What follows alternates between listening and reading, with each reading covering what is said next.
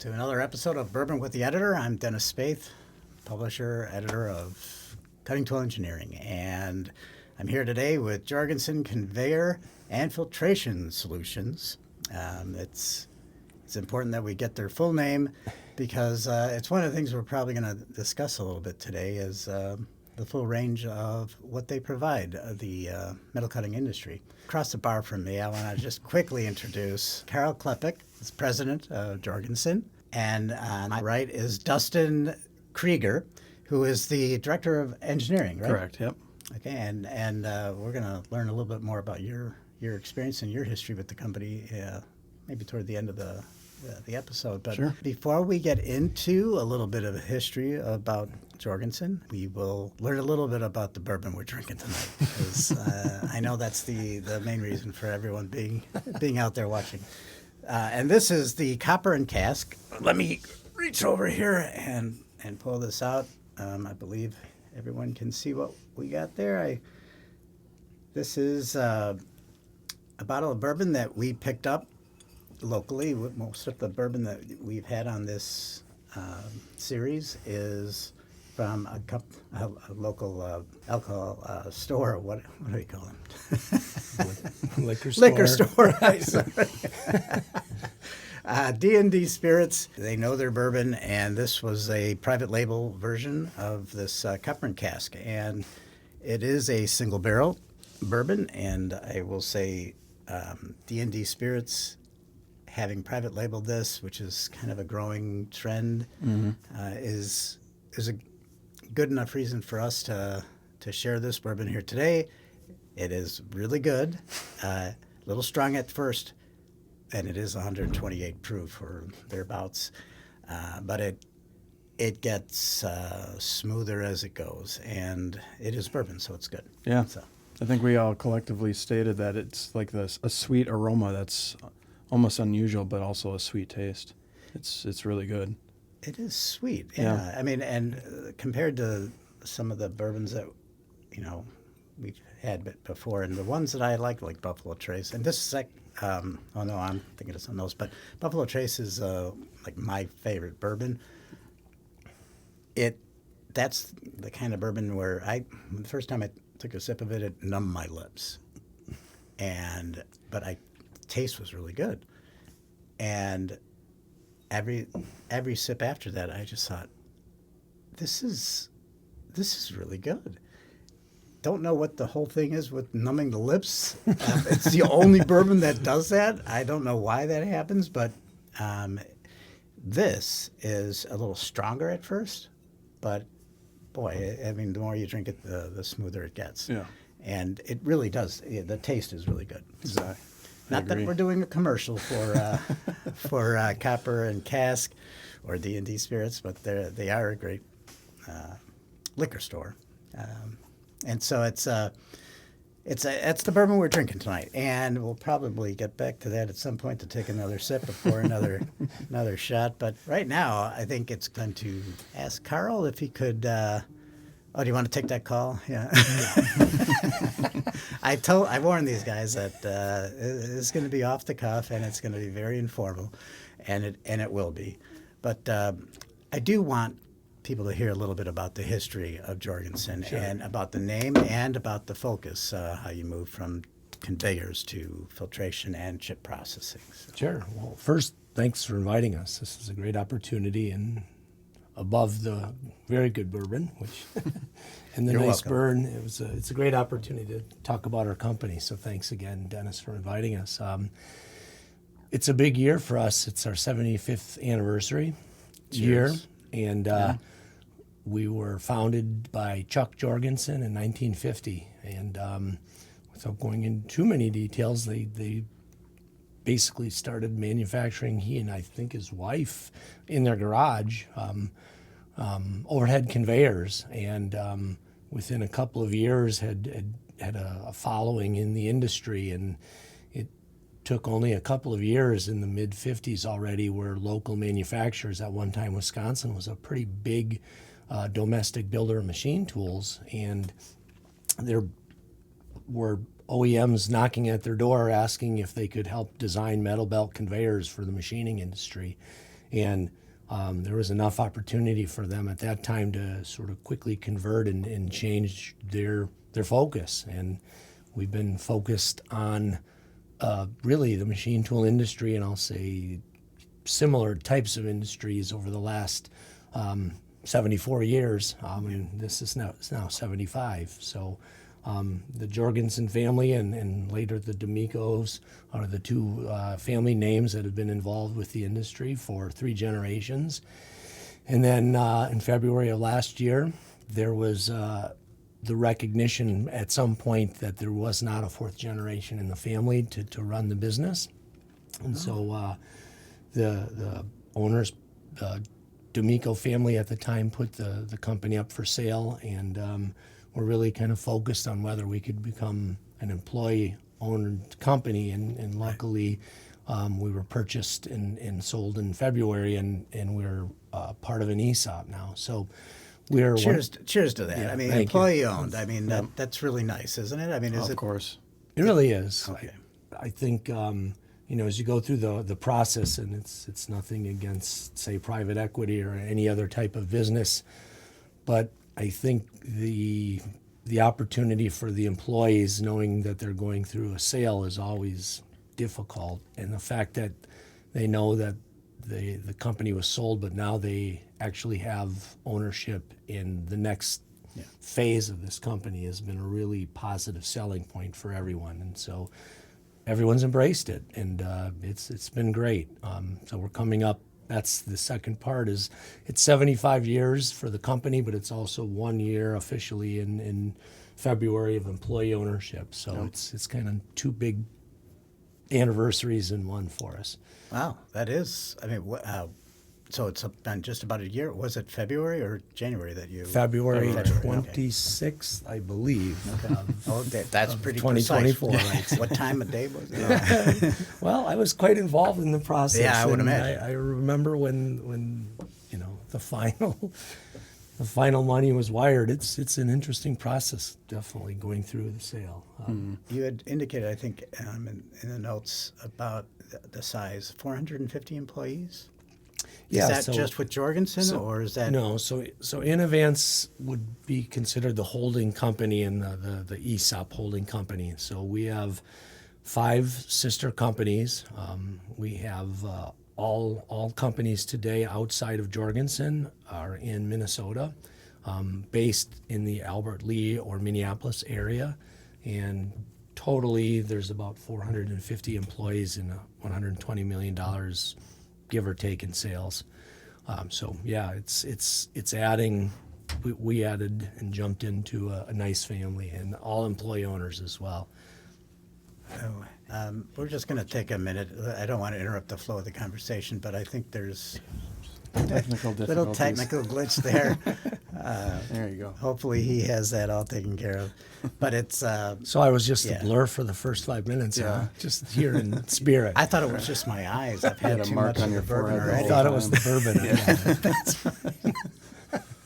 bourbon. So you are still getting used to the employee-owned aspect. 450 employees In advance. in advance. What about Jorgensen specifically?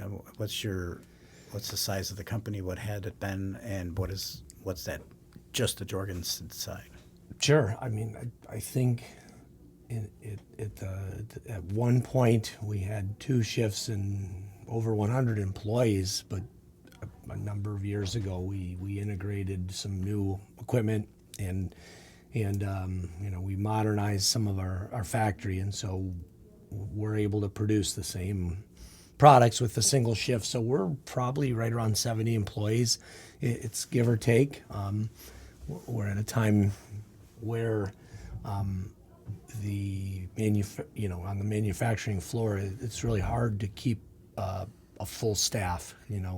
I'll say we're good at 95%, but the last 5% can be difficult. So we kind of flux up and down, but I would say we're at we maintain about 70 employees. Cutting tool engineering is like Yeah. there's 8 of us all Yeah, together. sure. Get it? So, and we are totally family powered and run. Yeah. So but yet you pull us together. This is Yeah. nice, this podcast. Oh, you know what? This bar is, it has all the personality. Yeah. But you have a few things that I want to kind of move to. What prompted this get together here for the podcast was our my visit to your booth at IMTS, and you had. You had the Munchman, which Dustin will talk about in a bit here, which will be a fun thing to talk about, but for a couple of reasons, not just the name, but but for the video that goes along with it, just seeing the strings of chips in the nest that it just takes care of. But the the display that you had there. I'm not from the machining world. I'm from journalism, and I covered regular news for a number of years, and then I moved to covering dentistry for almost 20 years. Then I came to, metal cutting and cutting tool engineering specifically. I did not understand when I got to admit this, I did not understand when I first started talking to you at IMTS that you were talking about several different products that you had on display there, and specifically you had a completely integrated automated system that was, I'm pretty sure now, it was 100% automated, so that if that were in a shop somewhere, you wouldn't need anyone reaching in to clean out sludge. You wouldn't need. Unless something went drastically wrong, it would run by itself and take care of itself. So, and then, as you walked around and gave me a tour of it and showed me each individual piece of that system, it started to dawn on me, I didn't know what I was asking you about at first because. Sure.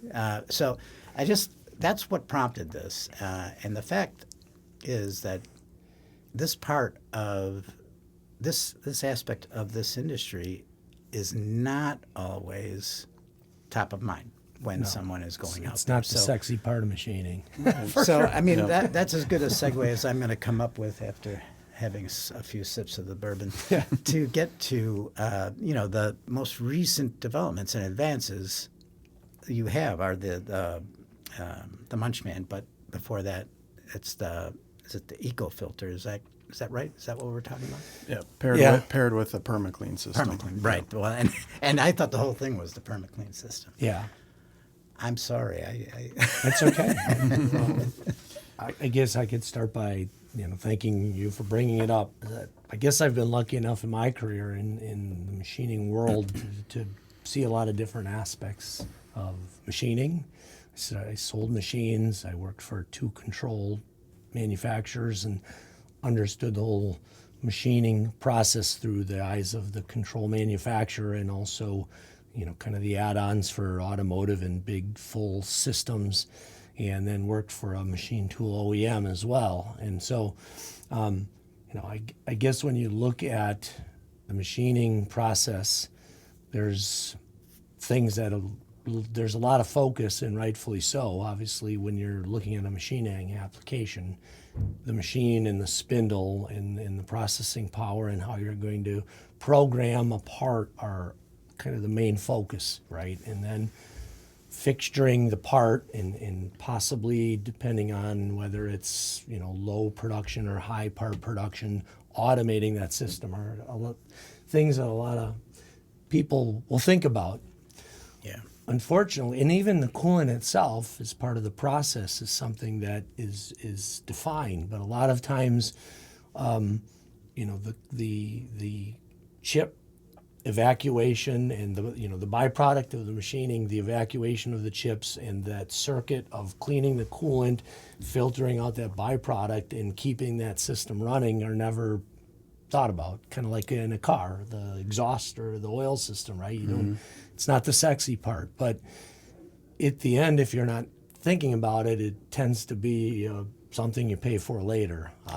Well, it's kind of like when you first get something that's brand new and it helps you do things more productively, more efficiently, it hides some of the like less efficient aspects of the overall system, right? Right. So then your bosses come to you and say, we need to squeeze more productivity out of this. And that's where shops need to pay more attention to what you guys are offering, because that's really, I mean, when I was going through that system at IMTS, it just struck me that, for one thing, I'd never seen a display like that before. Yeah. And I wasn't even sure that you were saying 100% like automated, but that one was. It was, And I mean, that to me is it is mind-boggling that we've gotten to that point. So I just wanted to mention that and have you kind of explain or tell people more about what it took to get that together and what your experience was, I guess, at IMTS, sharing that with people. Sure.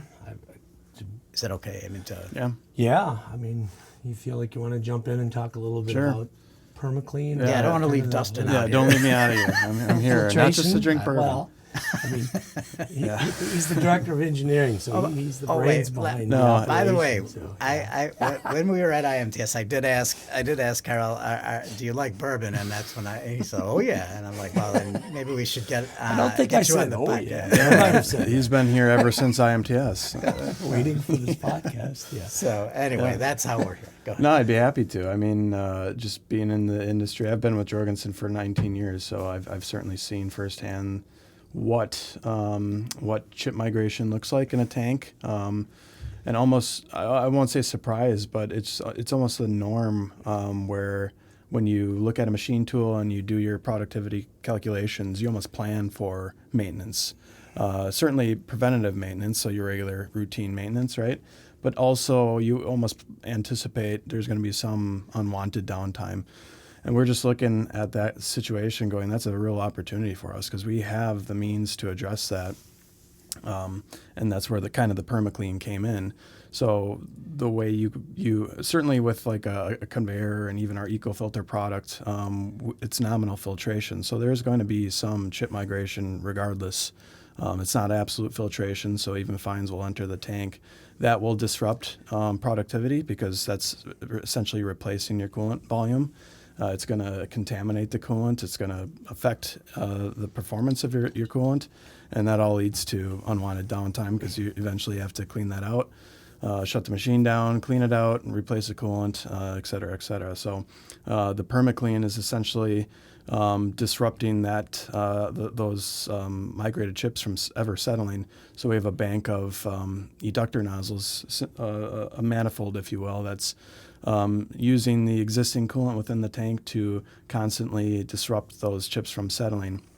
It's actually intentionally aiming at the same pump, and then downstream of that pump is varying means of filtration. So bag filters, for instance, are a very common, well-known means of secondary filtration in the industry. It's a positive filter, right? But it's eventually it gets clogged and it needs to be removed. The system we did show it at IMTS incorporated, instead of a bag filter, and incorporated a hydrocyclone.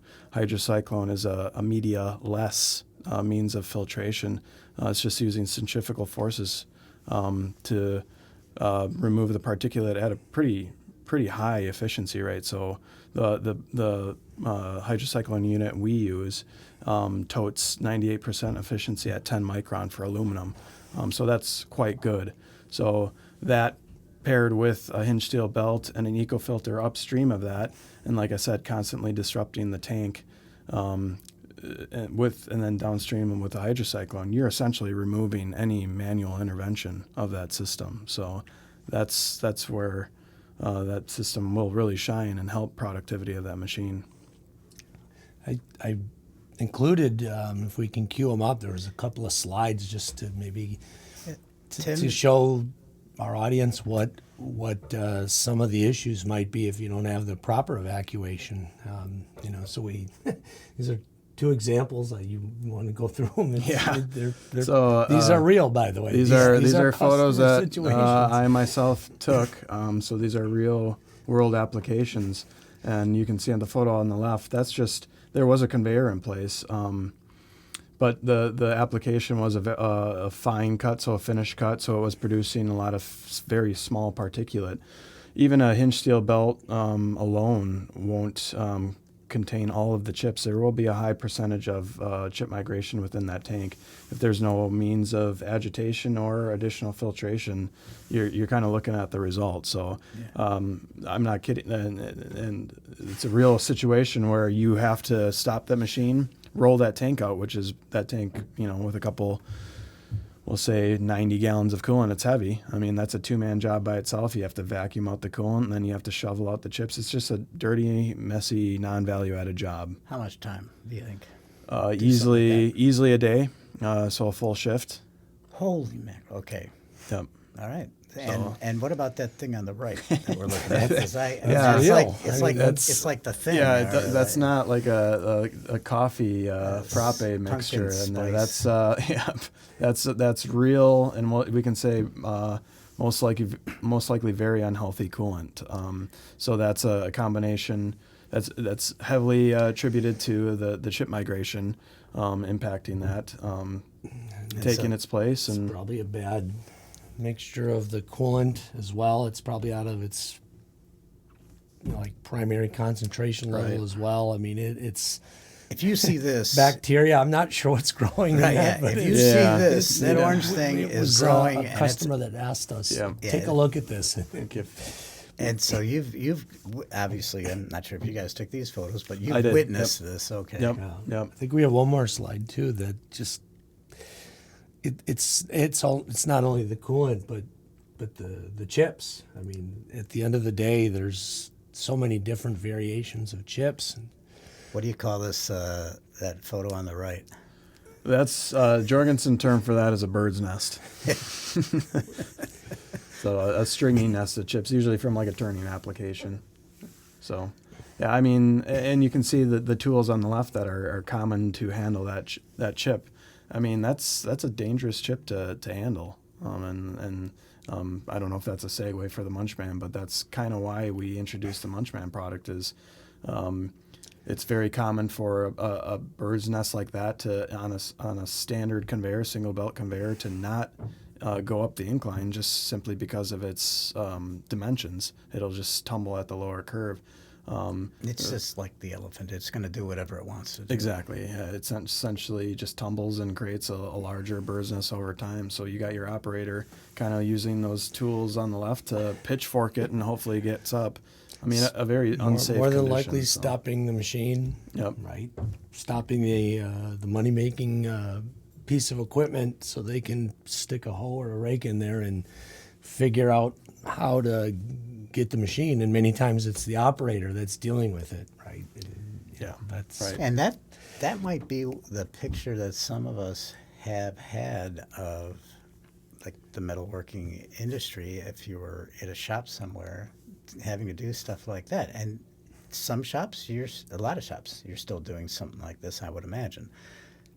But you guys came up with a solution to take care of this. Yeah. A couple of them, several of Exactly. them, I should say. Sure. Yeah. Which one are we going to talk about first? You want to maybe start at the conveyor level? I guess Sure. that's what we're known for. Yeah, because you got to get it to the right processing part. Right. We talk maybe quickly about the eco filter and filtration in general. I'm not gonna steal the Munch Man from Dustin because he's very heavily involved in that. But yeah, maybe we can go there. I think we Yeah. had a slide or two on that as well. But So we're talking about the eco filter. yeah, I mean, Sure. go ahead. Yeah, I mean, the EcoFilter product for Jorgensen was introduced in 2013.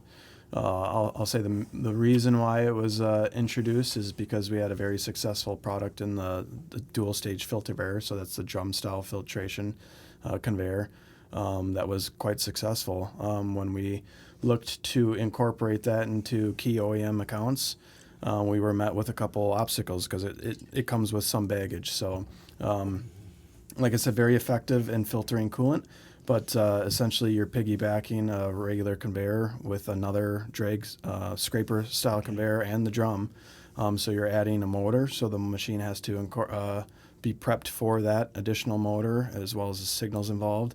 When you're adding the drum, you're adding height to the load, so you're impacting the interface between the conveyor, the tank, and the machine. So you do have some restrictions. Obviously, you can go only go so high with the machine. Yeah. And thing with the tank. So we have this drum on the back side of a dual stage filter conveyor that takes up additional space, and a lot of OEMs they have a set tank design where a standard conveyor fits in, and they're not as excited to modify it, change it, and it's not easy if there is space to make those kinds of accommodations. So Space on the floor. space on the floor, space on the tank. So basically realizing that, we kind of took a step back and go, okay, well, how can we incorporate filtration into a standard hinge steel belt or drag style conveyor? Naturally, where we put the coolant slots is in between the runs of belt, so that's kind of a safe spot, if you will, because we intend for the chips to be on top of the belt. Obviously, with a scraper style, that'll be closer to the bottom. But that was just kind of a natural spot to put the filtration cells. So we added a couple perforated screens in between the runs of belt. That's the means of additional filtration, and then the belt's natural motion. We add stainless steel brushes to the bottom side of that belt to constantly clean and make sure the perf screen on the cells are clean and Keep things percolate the flow rates expected. So it's been a very successful product for us. It's basically a standard for all of our high running OEM accounts. Even when they don't spec the EcoFilter and its cells, we intentionally design each conveyor to be we call it EcoFilter ready. So it's designed to incorporate those cells, because we know sometimes customers believe they don't need additional filtrations. They'll be just fine without it, and then after the fact they realize, I actually really need that. We design the conveyor to accept those cells, so it's EcoFilter ready. In the event they need it, then it's a really easy retrofit kit down the road. So, Okay. You know, you might want to take a little sip. I'll take it. I'm just There's a lot of talking. I got to No, more but pellet now. what you're talking about. It's good information. It's addressing a lot of the issues that shops have, and even when there's a solution out there, it's not always that easy to implement the solution. So Exactly. That's where the whole idea, and I'm jumping ahead here, I think, but the customization aspect of what you guys provide, which is something that came up when I was there at your booth during IMTS, was, it's not like necessarily that you have a one size fits all. And I think that was a quote verbatim from you, Karl, but you work with them, and which seems to be kind of a common thread for anyone involved in the coolant side of the industry, chip processing side of the industry. Sure.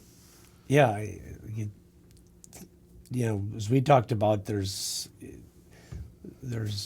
machine tool manufacturers that design machines where they're trying to, I guess, cover the gambit of a lot of application types. And so they're taking a filtration system, they're taking all the different aspects of that piece of equipment and all the accessories and trying to make it, I guess, adaptable to all the different applications. But the reality is at a certain point, many companies start to focus on certain types of applications. They become good at mold and die or aerospace components or, automotive, whatever it may be. And so that type of machining tends to be focused on certain types of metals, certain types of high metal removal. And so you need a much bigger focus. So I guess with Jorgensen, our goal is really not, our goal is to try to provide that ideal solution. So I don't want to say, a couple slides that we could show at some point that, we do have a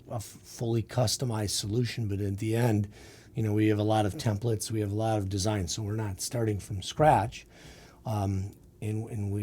But at the end of the day, we're trying to provide the ideal solution. And so And it really does depend on what the industry is, so what the application is, what the material is, and all the rest of it. So, and until you get to know exactly what the situation is, it may, as you're learning all this, it changes things. And I know we're not saying anything earth-shatteringly new to anyone out there. Yeah.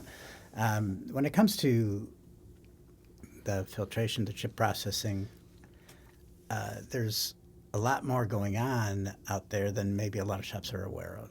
Yeah. I mean, this has been an afterthought. I mean, I guess is what I'm getting back to is and more attention should be paid. Agreed. I think I said earlier, when you're looking to purchase a machine tool or you have a machine tool and you're moving to a new application, all the other things are extremely important. How will I program and optimize the program, the tool path? You know, I want the proper cutting tool, all those things. But at the end of the day, the chip evacuation is a circuit that is constantly moving coolant through the system, filtering that coolant and cleaning the chips out of the system. So if you're not thinking about it, it's gonna potentially end your day. And when your machine is down, you know, it's the moneymaker. That's what this industry is all about, right? So, you know, we talked a little bit about the PermaClean at IMTS. Yeah. You know, that's where we take. We'll probably talk a little bit of maybe jump back into that Munchman design that Dustin was heavily involved in, but you know, all of our conveyors fit into our integrated systems, and we have a couple of systems. I kind of lost the monitor here, which is fine, so I can't see if we can put a slide up. But that's okay. No. Let me get that back up for you. I'm gonna take a little. I'm gonna step off camera for a minute. Tim, cut this part of this is live, so excuse me, but I'm going to get this back up and running. Not a problem. It's actually a power situation. It said low battery. Oh, is that what it is? Yeah. Okay, so there you are. If it is low battery. Oh, perfect. Yeah. So. Oh my God. All right. So, Tim, is this the slide that you wanted to see? I think we wanted to go into the PermaClean, which would. Right. Yeah, that's just showing the cost advantages of our EcoFilter product line compared to that dual stage that was referenced. Yeah, dual stage filter. The slide. Well, yeah, that's perfect right there, because that's the video that. So we talked a little bit about our PermaClean solution, and this is what you don't see here is the conveyor, because that big long rectangular slot, is that's where the the conveyor would fit. So, you know, obviously we're known for our conveying solutions, and we've got a lot of them. And so we were highlighting the EcoFilter and the Munchman, but all of those various solutions will fit into that tank. Okay, so that tank, if when you show that very quickly, that is showing the eductors and the flow of that system, so that nothing can settle. And that's what the EcoFilter leads to. Correct. Like the EcoFilter was first. Yeah. And I guess the important part of that EcoFilter is just understanding that if you're purchasing a machine tool and you have a conveyor that has no filtration in it, it will definitely lead to issues later, because that sludge, that smaller particulate that can't be filtered out by the belt, that's your only filtering agent in that whole system, will eventually shut that system down. With the EcoFilter, that's the first step in our multi-step system. You know, we're filtering down to 80 microns, and I think we have a slide, not in here, but just that shows, I think a human hair is somewhere around 60 to 70 microns. So if you think about that and think about how small that particulate is, with a conveyor that fits in a normal machine tool application, we can filter a major portion of the large 60, chips and all that particulate out before it even goes into the tank. Is it 60 or 70 microns for a human hair? Yeah, I mean, it's we'll correct that. Sort of depends how variable, much, but it's 65 to 80 micron, I guess. Depends how much Hang on a second. biotin you're taking, I think. Let me see it. So the the coolant that we were looking at, though, that part of the system was the permaclean side. Correct. Yep. And that was kind of showing us that the eductors keeping that Exactly. fine stuff from settling. Yep. And that's something that I didn't get to see when we were at IMTS because, well, It was enclosed. Yeah, right? yeah, it was Didn't enclosed. have the coolant in the system. But that's a key part because it's a two-step process with that closed loop system that you were talking about at IMTS. What came after? I mean, there was the pump that took it that sent it to. Was it the conveyor then? Yeah, why don't you maybe go through Sure. and there's a slide, maybe 3 or 4 slides. Oh, did further I on jump the ahead? filtration No, you're good. side. No, I think we can put it up just one more slide. I think it was just maybe there you go. Yeah, And then that's you the can- actual permaclean system that was at IMTS. I just want to make a quick point too. The agitation of the eductor nozzles is kind of doing a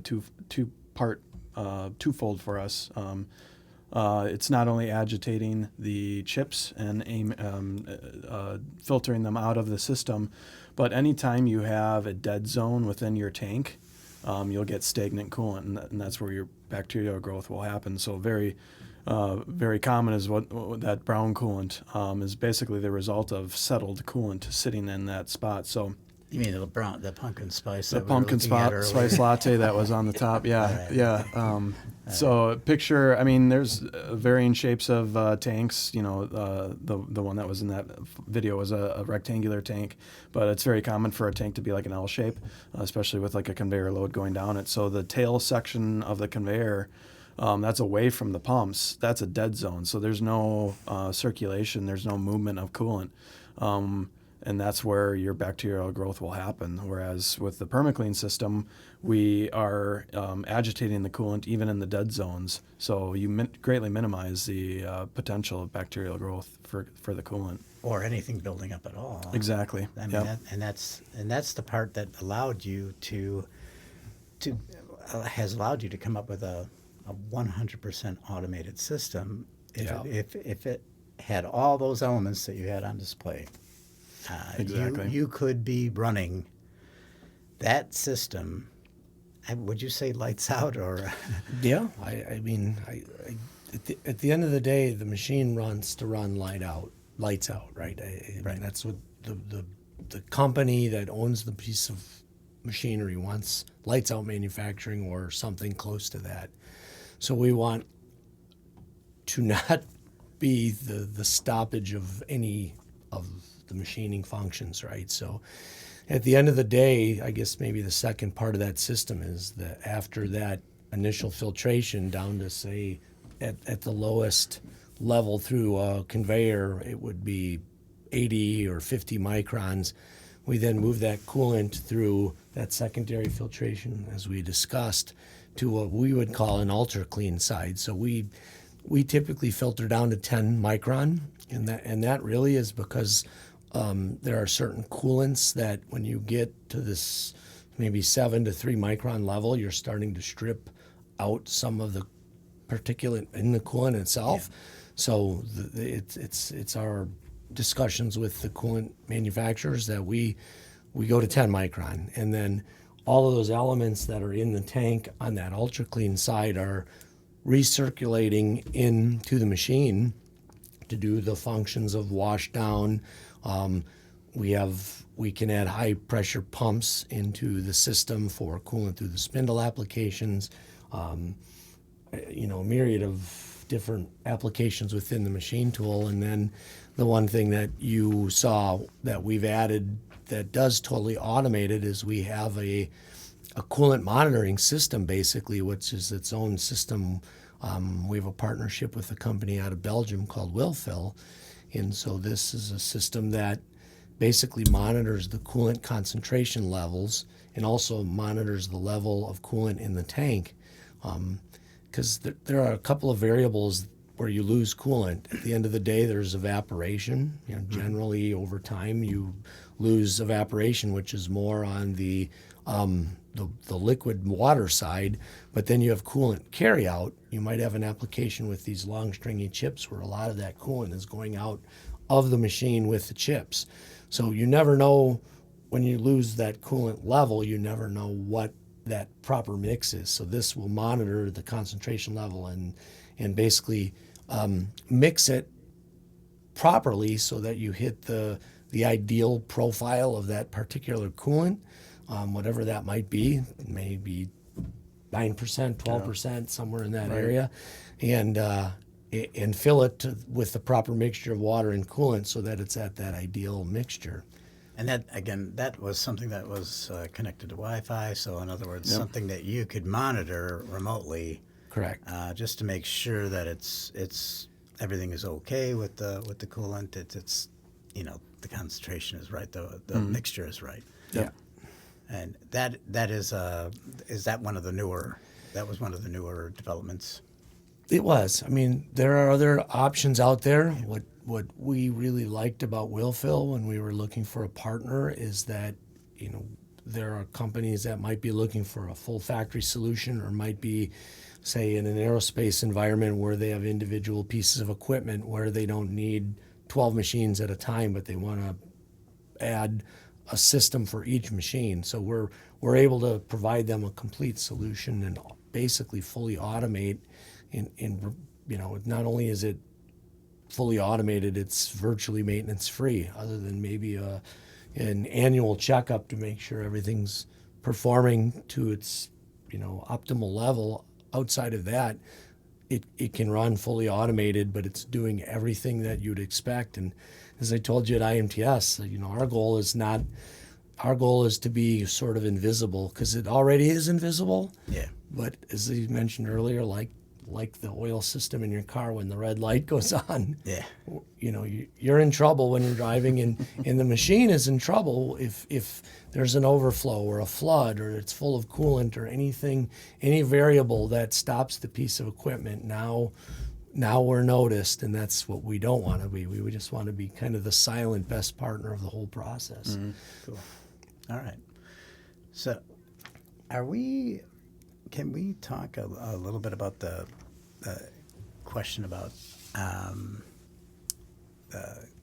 ROI on going with one of these solutions? And after that, I want to get to the Munch Man. But can we? Sure. You mentioned that you had a little bit regarding the PermaClean system. Yeah. Well, I mean, I guess we can highlight both on the coolant and filtration side and on the chip processing. Maybe I'll talk quickly about the PermaClean, since you and I had a lot of discussions on that, and I'll let Dustin jump in on the whole chip processing side. To take a complete chip, conveyor and filtration system and upgrade that at the time when you're buying a machine, it's expensive maybe when you look at the thoughts of how costly it might be, but the ROI typically would pay for itself in a year. So we did just a very simple ROI recently when we were looking at the new PermaClean system with the Willfill attached. And if you look at, this is, I would say, very conservative, having to clean out a tank 4 times a year, and you take the labor rates and you take the time, which we considered somewhere between 16 and 20 hours. We took the average of 18 hours, drain the tank of its coolant, refill that tank with new coolant. The cost of doing that 4 times a year was somewhere in the range of $16,000 to $20,000. And so it's maybe doesn't sound like a lot, but when you're paying, say, $80,000 to $100,000 for a machine tool, at a certain level, and you think about the ability to pay for that in 1 year. I mean, many of these machine tools are utilized by a consumer for anywhere from 5 to 25 years. So Yeah. the ability to pay for it in 1 year, and then after 1 year, you're just eliminating that cost. The ROA is easily, I've seen. Yeah. And I think the reason I wanted to bring it up is that you might be aware of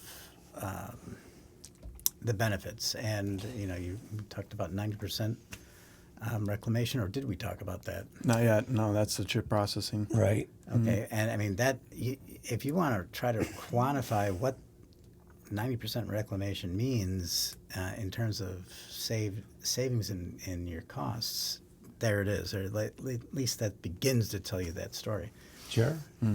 So I guess, the kind of two parts of the story are that you have the machine and the circuit with the coolant and the chips. The chips typically are evacuated from the machine and they fall into a bin.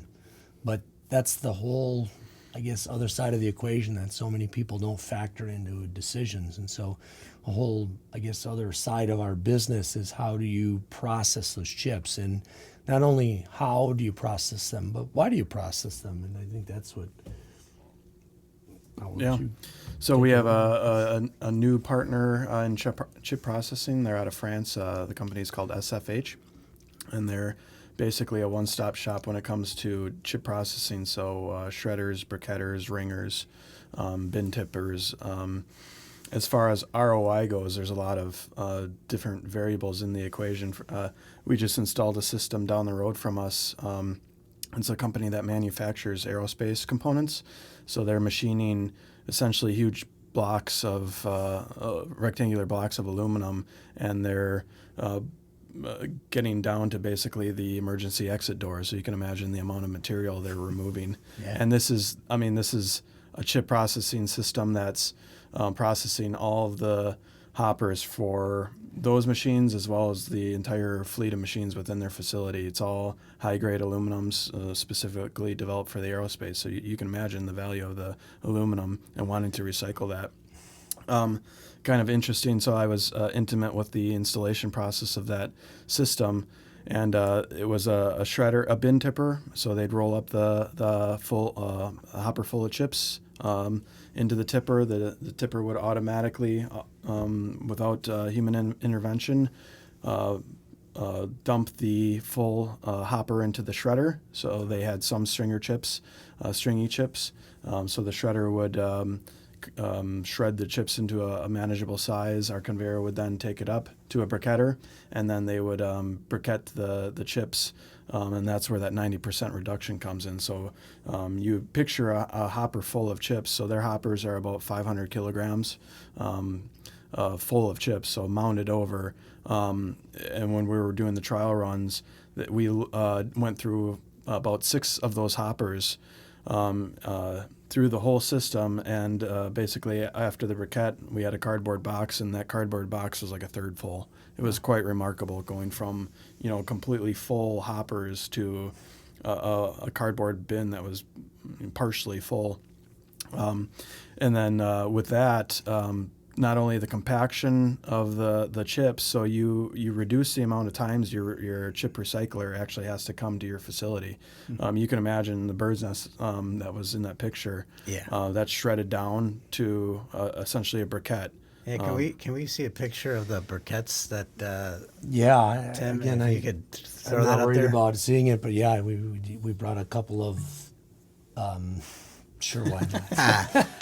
I'm just going to pour a little bit more bourbon while we're at it. I consider.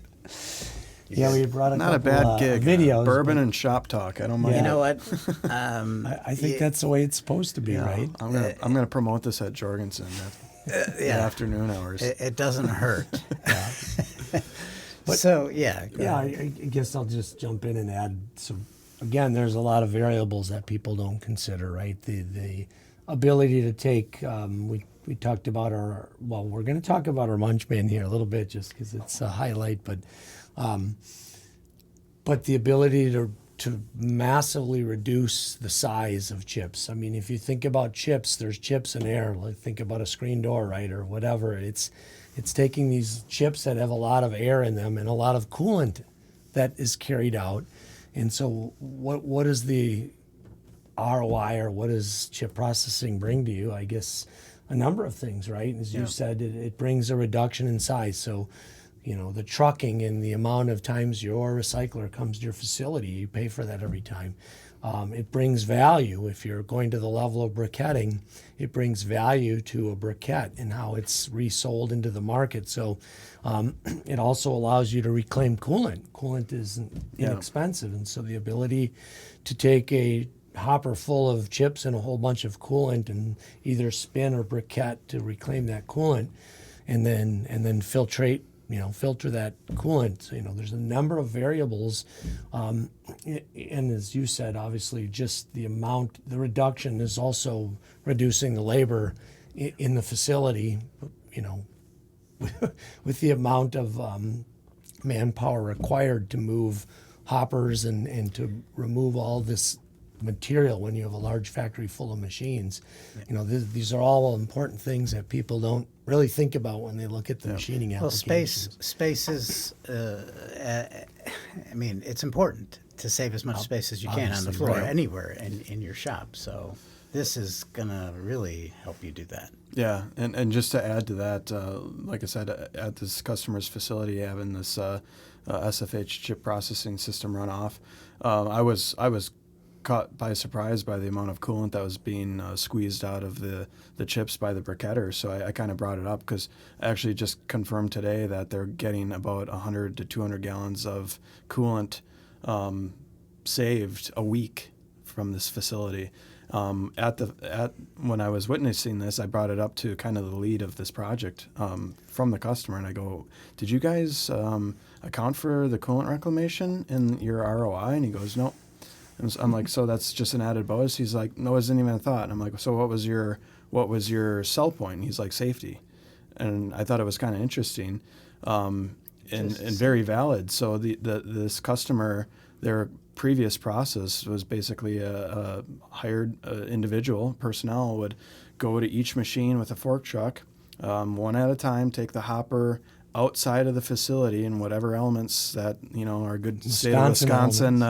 Hope for warm weather, but realistically blizzards, rain, whatever's dished out at you. Heavy So mosquitoes. Yeah. he's going outside. They're bad in Wisconsin. Going outside with each bin, he has to actually lift the hopper in the air over his head with the fork truck to get it into this 40-yard bin, big hopper, and then manually tips it over. So that was their sell point, is that they essentially removed that from the entire equation. Wow. So, and that is a good point. it's Not huge. something I mean, would've- safety's kind of the unsung hero in the chip processing. I mean, certainly the reduction of volume, the reclamation, but there's a huge safety enhancement in that case. I think this is as good a time as any to move to the Munchman, and Munchman. Dustin had something in a very it was very involved in the creation of this. So partially. let's get some Partially. of the Yeah. okay, partially. Actually, I'll take us down memory lane, and then when I became involved in it in the Munchman product line, but the Munchman was originally developed in 1984 with one of our key OEM accounts that we've had a long-standing relationship with, and it was for an aerospace application. It was numerous machines. They were purchasing numerous machines at the time, but they had a known process in which birds' nests would just simply tumble in a standard conveyor. So in 1984, the engineering mindset that Jorgensen had and still stands, we basically developed this twin belt conveyor. Those conveyors, the original conveyors, were in place until 2006. And then we received an order to replace all those conveyors. And the new personnel, especially, I'll say the engineering group and the sales group were, what the heck is this thing? a dual belt conveyor? Right. And that's a lot of time had passed. Yeah, so it was just sitting in the archives, kind of waiting to be replaced, be exposed again. So we realized, we obviously fulfilled that replacement order, and then realized we basically had a gem sitting in any application where turning is involved, where we're generating a large bird's nest of chip. This dual belt conveyor essentially prevents a bird's nest from tumbling in the lower curve that never makes its way up in a standard conveyor, and it compresses it and brings it up. I think the point you're excited about is when we realized we needed to bring this to market, not just for a single customer and user, we wanted to kind of brand it and give it a good old logo. So It didn't have a name yet. It didn't have a name.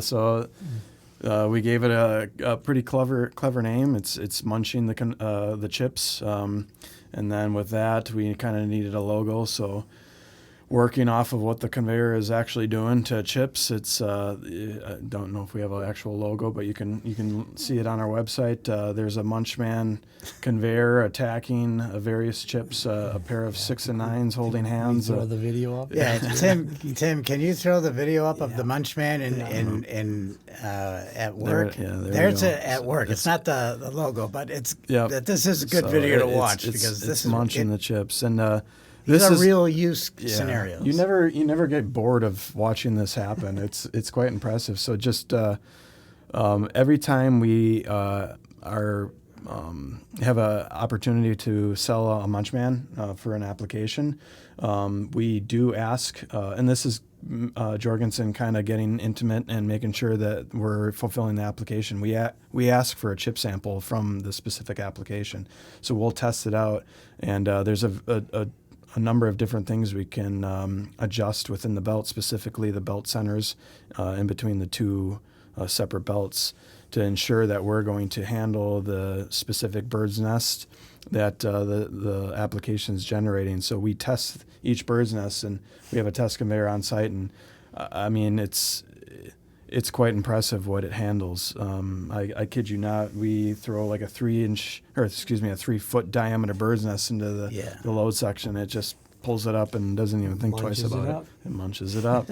So, and I'm not sure if he brought the conclusion right, but so he completed the design. So he's responsible for not only the being heavily involved on the engineering side, but the artwork. The artwork, So we had a little friendly competition internally to develop the artwork for the Munchman. And if we don't have it right now, with the recorded version of this, Tim will throw up what that logo is. It's cute. But it gets to the point though. It shows, it really does get to the point. I mean, it is just there's no chip that will stand up to the twin belt. I mean, in the secondary kind of benefit to the Munchman conveyor is it's not only carrying the bird's nest up, but it's also compressing it. So you're reducing the volume kind of naturally by the compaction of the two belts. So you are same thing with like a chip processing. You are reducing the amount of times you have to intervene with the hopper, emptying the hopper. Am I remembering this correctly? That for my MTS, you have horizontal and vertical applications? So we have a variety of different conveyors, all based on applications. So we call them types, so type 1 through 4. With a Munchman, usually you're looking to elevate. A horizontal conveyor will handle any variety of chips, including bird's nests, just fine. Okay. Super nerdy talk, but that's angle of repose on a chip. That's our audience. That's my engineer. Here we go. Here we go. Angle of repose and things like that. Hang on, boys. But essentially, with a horizontal conveyor, you don't need a Munchman conveyor. When you have elevation, especially at say 60 degrees of incline, with the bird's nest, that's where the Munchman will thrive. Yeah. So okay. Yeah. It's very rare to have a horizontal conveyor coming out of a machine tool because you need the incline to fill the hopper, and that's where it's difficult. Sometimes if you have a very uniform machining process and maybe have certain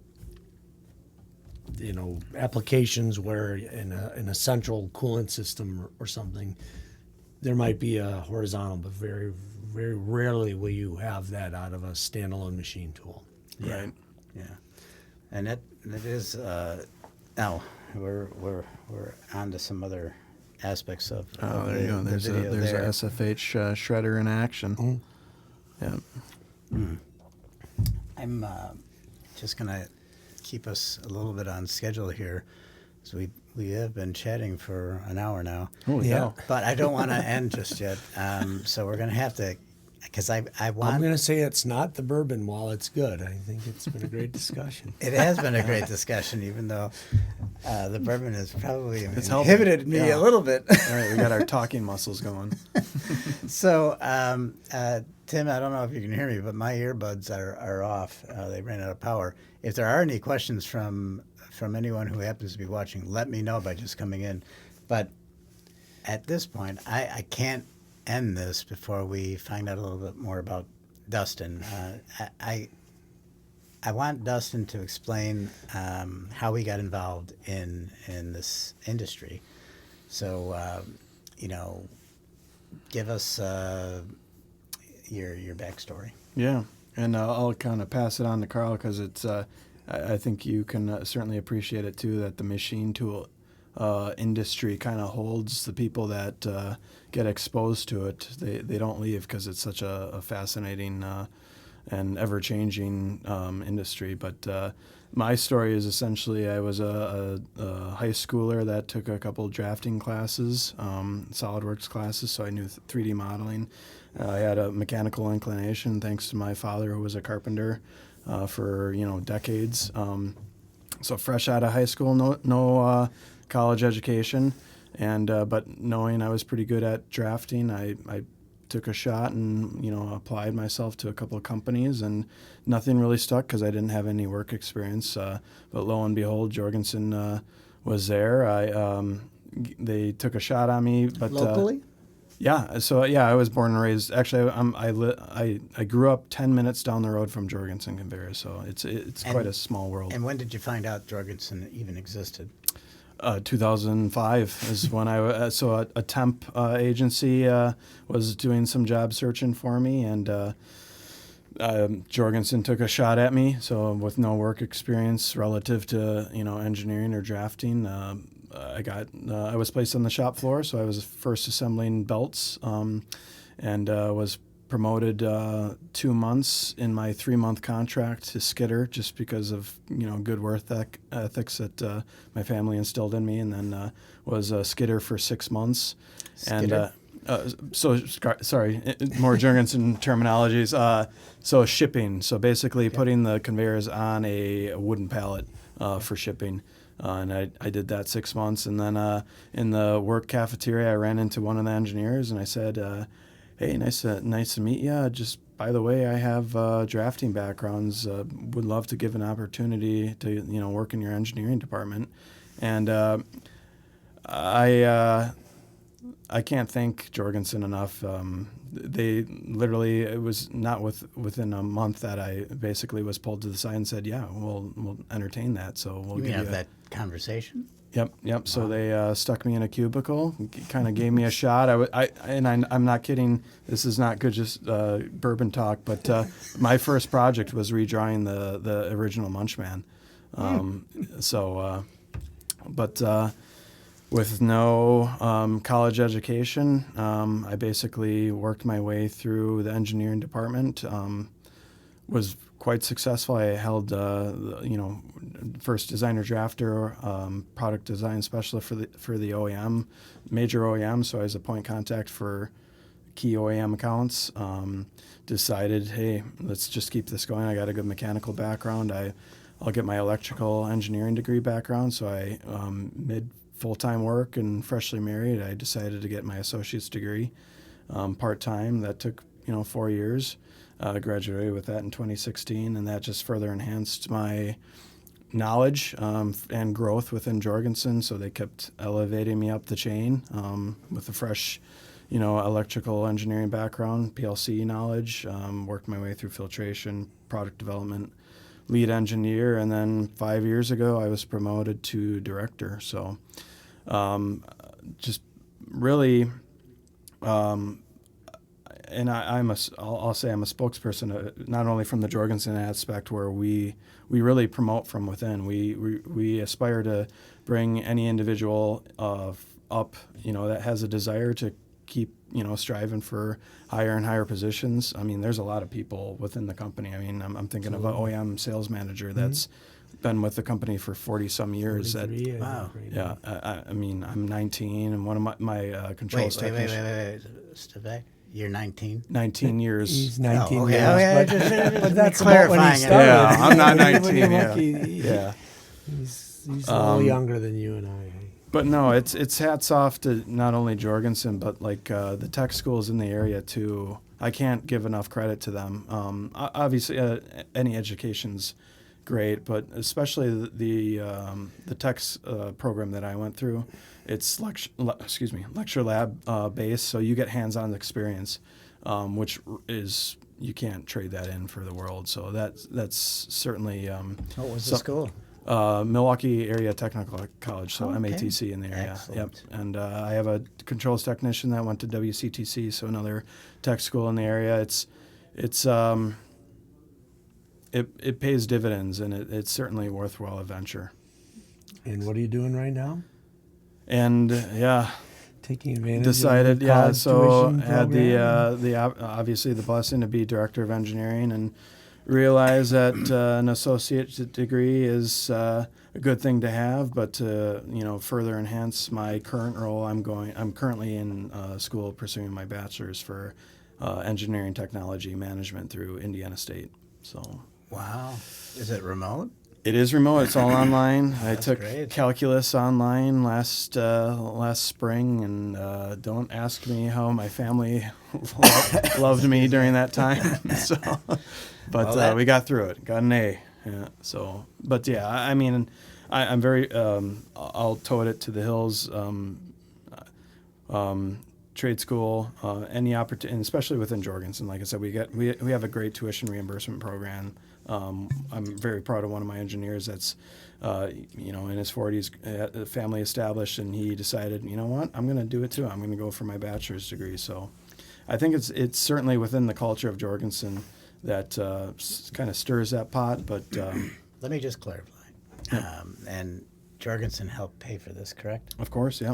Okay. I mean, Yeah. this paid is for something about workforce development that Yeah. I just have a real interest in. This industry has been one of the most surprising